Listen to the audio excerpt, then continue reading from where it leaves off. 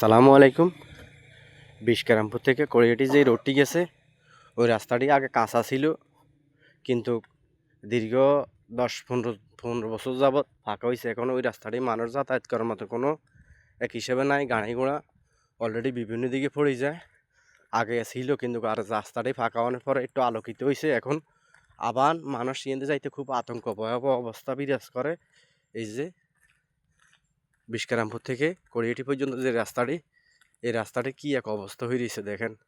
দেখানোর চেষ্টা করতেছি আসলে যে সরকার আসুক, বিভিন্ন আগে এগুলো রাস্তাঘাটগুলো অনেক মেরামত করার কাম আছে, এগুলো যেন আগে মেরামত করা হয়। বিভিন্ন সাইডে মাইডে ভাঙ্গে চুরি কি এক গাঁথা অবস্থা হয়ে রয়েছে। এই কোনো ফাঁসে নাই। যে সামনে কেজি স্কুল এবং মসজিদ, এই মসজিদ থেকে কড়িয়াটি পর্যন্ত যে রাস্তাটি, ওই রাস্তাটি অতি দ্রুত যেন করা হয়।